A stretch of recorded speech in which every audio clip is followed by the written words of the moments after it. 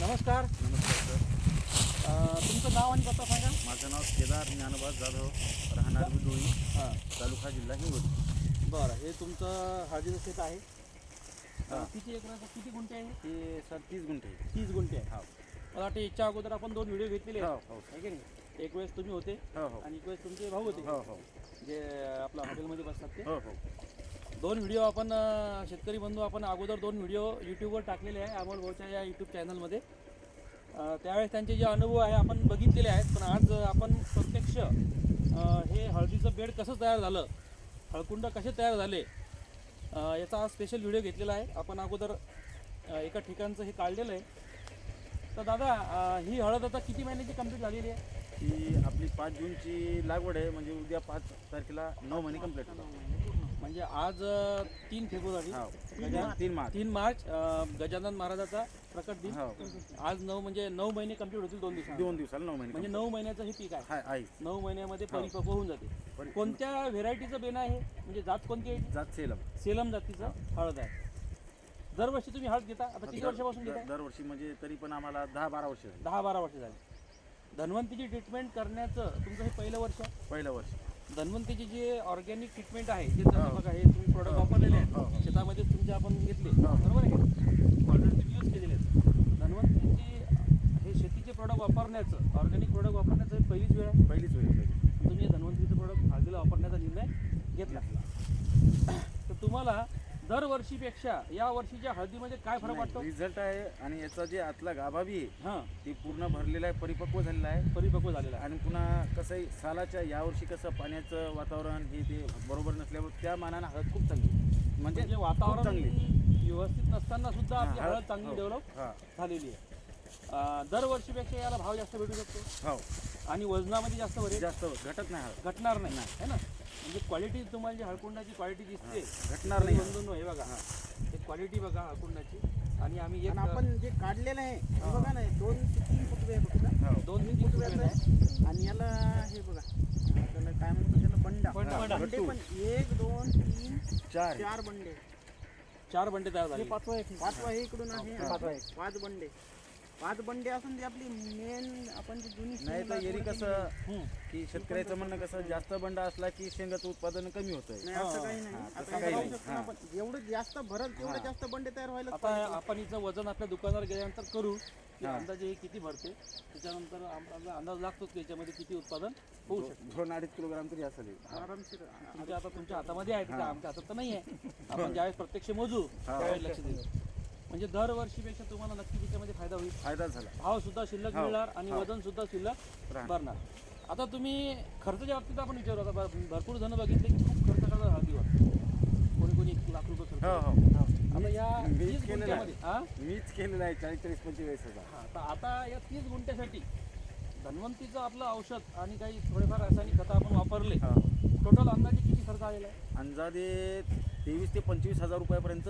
25,000 रुपये. 25 हजाराच्या वर नाही.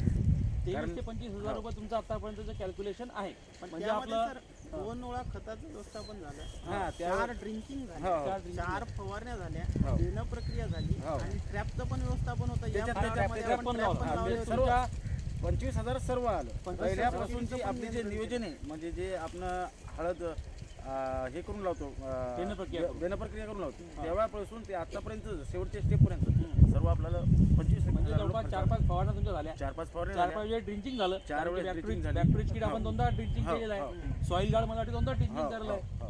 ते मायकोरिक पण ड्रिंचिंग केलेलं आहे. RPS 76 सुद्धा सोडलेलं आहे आपण. RP 76 आपण बॅक्टेरिया सोबत सोडलं, हो. सॉईल गार्ड सोबत सोडलं, हो हो मायकोरिक सुद्धा फवारलं, हो RP 76 फवारलं, स्प्राउटरीज फवारलं, आणि आपलं स्टिकोरिक प्रत्येक फवारण्यामध्ये वापरलेलं आहे. आणि प्रत्येक दुसरा एक प्लस पॉईंट काय माहिती आहे का, बेन प्रक्रिया करून हळद लागवड केली, सरासरी 25 ते 27 दिवस हळद दिसायला लागतात. हो. आपली हळद 19 दिवसापासून 23 दिवसापर्यंत पूर्ण तासी लागली होती. निघली होती. आणि जमिनीतून निघलेली पूर्ण हळद आहे ही हिरवी निघली होती. हा नंतर म्हणजे आपला 3-3.5 महिन्यांच्या हळद हिरवी करण्यासाठी आपण 2-3 हजाराच्या फवारण्या घेतो, त्या पण घेण्याची गरज पडलेली नाही. मुख्यतः कारण कसं, जे आपण उन्हाळ्यात काळ्या पाण्यावर हळद टाकतो, ते जास्त उष्णता असल्यामुळं निघणारा कोंब हा पिवळा निघतो. बरोबर. पण आपला हिरवाच निघला. मे मध्ये म्हणजे आपण मला बेन वाटतं प्रक्रिया जूनमध्ये केल्यामुळे लागवड तुम्हाला हा. फरक दिसलेला आहे. हा म्हणजे धन्वंतरीची जवळपास सर्व ट्रीटमेंट याला वापरलेली आहे.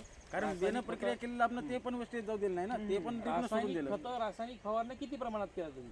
म्हणजे 100 मधून नाही, किती रासायनिक प्रमाणात? फवारणी नाही केली. फवारणी केलीच नाही. केलीच नाही. नाही, याला रासायनिक फक्त फवारणी केली. रासायनिक खत वापरला, ते पण किती 2 वेळेस. 2 वेळेस 2 बॅगा. शेतकरी बंधूंनो, बरेच शेतकरी म्हणतात की रासायनिक शिवाय पर्याय नाही. हा. पण बघा या दादांनी फक्त रासायनिक खतच वापरलेलं आहे.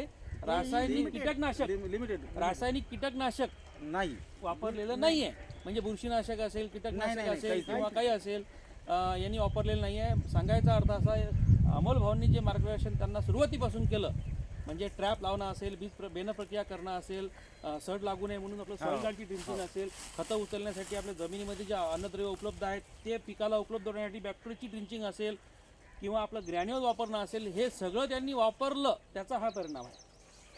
म्हणजे काही जण म्हणतात की बा एक फवारणी करून पाहतो, तसं होऊ शकत नाही. तुम्हाला जर करायचं असेल तर तुमच्याकडे असं म्हणणं आहे की तुमच्याकडे 10 एकर हळद असेल, आमचं म्हणणं आहे तुम्ही फक्त अर्धा एकरात 1 एकरात करा, सुरुवात करा. तुम्हाला समाधान वाटल्यानंतर पुढच्या 10 एकराची ट्रीटमेंट करा. तर तुम्ही इतर शेतकरी जे आहेत त्यांना काय सांगू इच्छिता धन्वंतरीच्या औषधाबद्दल?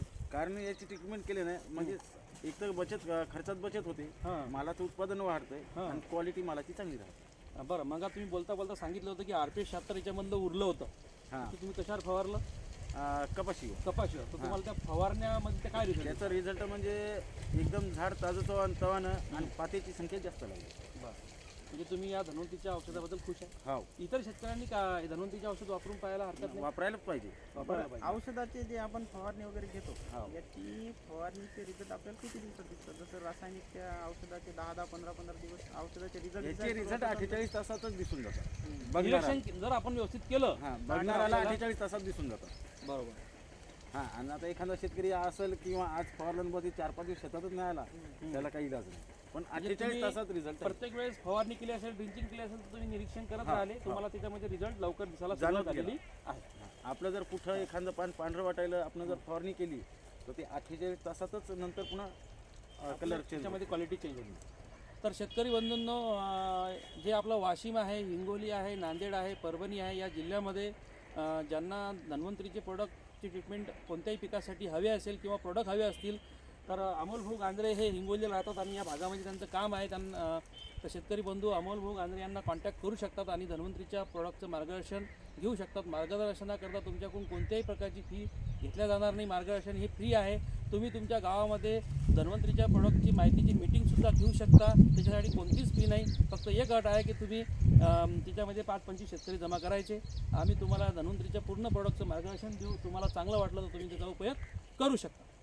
आपल्या गावातले बरेचसे शेतकरी आता वापरायला लागलेत ना. लक्ष्मण डॉक्टर पूर्ण हेच करताय ना. डॉक्टर साहेबाचा महिन्याचा म्हणजे वर्षाचं 1.5 लाखाचा गिऱ्हाईक आहे त्यांची. लक्ष्मण डॉक्टर लक्ष्मण तुम्ही वापरलं डॉक्टर होतं का? त्याच्यामध्ये हळदीमध्ये होती आणि कपाशीमध्ये पण तुम्हाला कसं रिझल्ट वाटलं?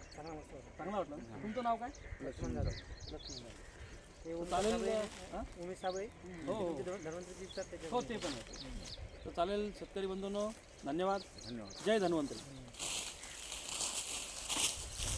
याचा आपण वजनाचा व्हिडिओ ऍड करून करून टाकू.